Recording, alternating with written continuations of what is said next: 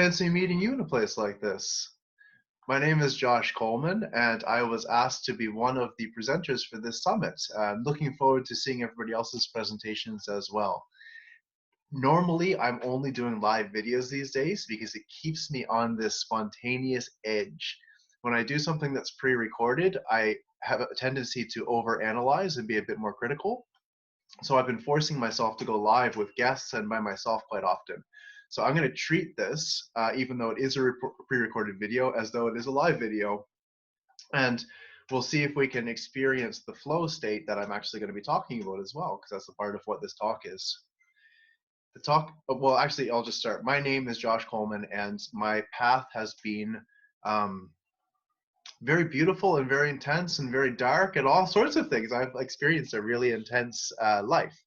And my own experience of self and my shadow work and my own experience of self and my light and my love are two very prominent parts of who I am. Experiencing the deepest, darkest human pain and experiencing enlightened bliss essentially are two components of who I am.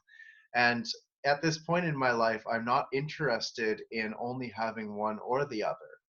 Obviously, it's obvious if a person is depressed and in a dark spot, why you'd want to stop that. But I've also realized that being in a blissful or enlightened state and then not being able to be honest with myself about my own humanity, about my own foibles, about my own issues, will keep me in a state where I'm not fully complete or fully whole. So the talk today is called Beyond Enlightened Beliefs. And the idea is that in the presence of every moment is a spontaneous evolution. It's creativity. It's a flow state. I don't know what's going to happen, actually. And because I don't know what's going to happen, I'm opening myself up to continually talk into my own evolution, to experience growth in a way that is unpredictable. And the reason for this particular talk is that I experience this very strongly myself, and I also see it reflected in the world. When we take on a high concept, an enlightened philosophy, very positive mental framework, there is a beauty in that because it gives us a focus and an aim. There's also almost scientifically an issue that will happen. Easy example. This is the easiest actual example. In a lot of New Age communities, the idea is I need to be positive. I'm going to be a positive person. Obviously, it's nice to be a positive person. Obviously, it's nice not to feel like shit on the inside. But if I say I'm always going to be positive, I've now put a blinder and I'm a belief, a thought belief structure. I'm a positive person. I'm a positive person. And I'm not going to allow anything else in. And that can lead to a lack of integrity and it can lead to a lack of wholeness. So other enlightened beliefs. A big one is we need to be present. So I teach something called presencing. Obviously, I have an investment in this. But when we say we need to be present, you should be present, I need to be more present, I need to be more present, what happens is we start to assume that being present is a specific state of consciousness. So in other words, the idea is that being present is the good consciousness. That's the one you want to be. And all the other states, like thinking about the past or the future, are the bad states of consciousness. This good-bad dynamic and paradigm is easy to slip into absolutely anything, including the term, we should be present. So imagine that, we should be present, actually can turn into a lack of presence. Who would have known? And if I am obsessing over the idea of being present, again, how could that be present? And is it possible to also be present to areas in which we're unpresent? This is where words and syntax become actually quite liberating. For example, if I'm having a rough time, or if I'm feeling down, or if I'm not feeling fully present because I'm thinking about something from the past or future, can I be present to that? And if I start to allow myself to be present to not being present, the irony is, here I am present again. But if the syntax of that language is I should be present or I'm supposed to be present, that will actually continue to create a barrier between myself and the ability to be present, even to that potential hurdle. On that same line, affirmations are very similar. We might have a beautiful affirmation that says, I am successful. I am happy, I am wealthy. Those are three beautiful things to feel about oneself. But if we find ourselves saying them over and over again, my question is, do we really believe it? If I'm saying I'm happy, I'm happy, I'm happy, I'm happy, I'm happy, and saying it over and over again, and even being demanding, like I am happy, I am happy, what am I pushing up against? Obviously, there is an aspect of myself that is not happy. And in my experience and in this particular teaching of moving beyond belief systems, it's possible to be present to not being happy, and so present that that actually brings us into happiness. This is the riddle, I guess you could say, or the koan that we have before us, is that in being truly accepting and present to an uncomfortable emotion, that is the transmutation into a positive emotion. But you can't also want that. It can't be like I'm going to get in this uncomfortable situation so I can get rid of the fucking thing, because that in itself again is a lack of presence. So we're talking about syntax right now. We're talking about how very positive techniques and spiritual philosophies, of course, they work positively. That's why they exist. However, to be careful when we're practicing these, not to turn them into belief systems, and in particular, not to turn them into closed system belief systems, closed circuit belief systems.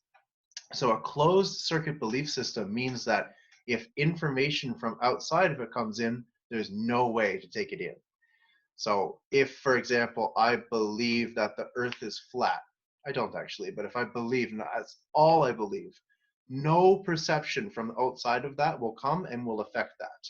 Nothing could. The logic and the systems of belief are so strong and so walled that nothing, literally nothing. I could be taken to space and I'd be like, this is all a setup.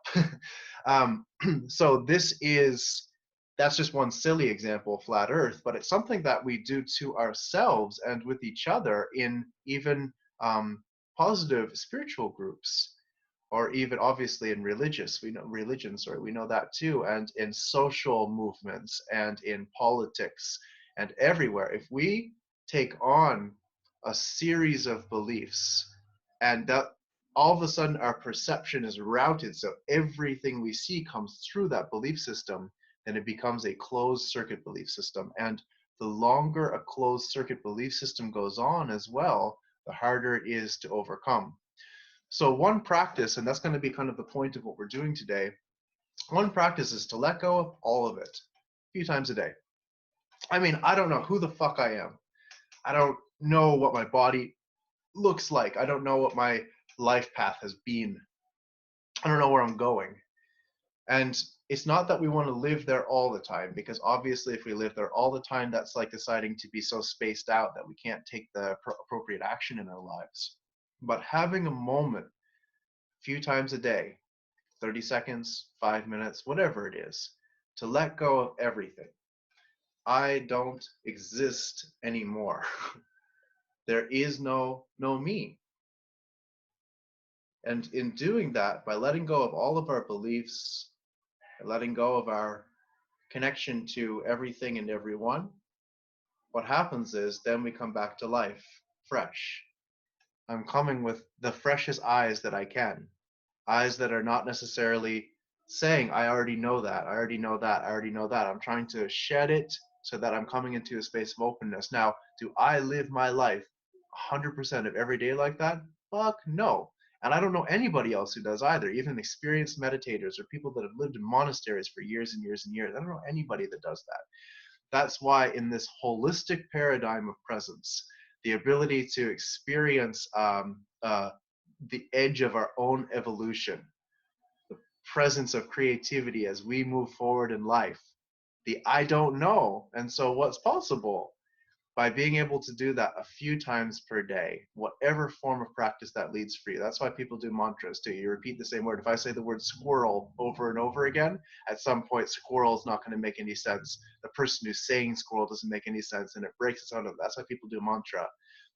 What I teach is a form of presencing, where we feel the sensations of our body, allow ourselves to go into subtle sensations of vibration, and even more subtle into a sense of space itself.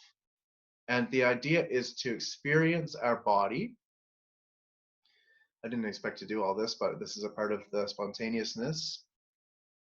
To feel our body and its sensations without assigning it to be me or mine. So I'm going to experience the sensation of skin on my hands. I'm going to experience the heartbeat. I'm going to experience feet. And now, when we get into these senses, what would it be like to not assign a personal value? There is sensation. There is a body.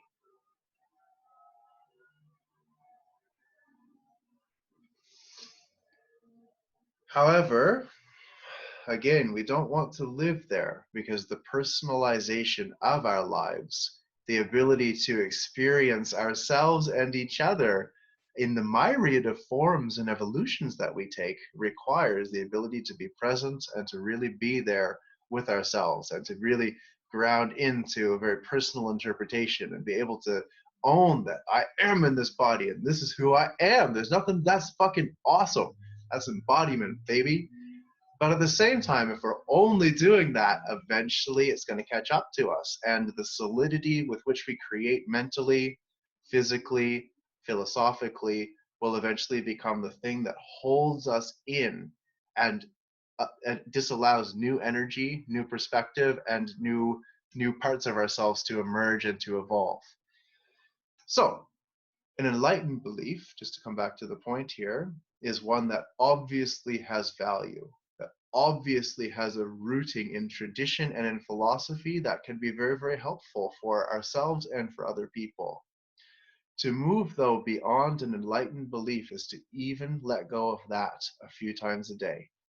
And if we allow ourselves to let go of everything, even the things that make us feel safe in our philosophical experience and learning, what happens is we'll come back to it. You don't lose anything that's real.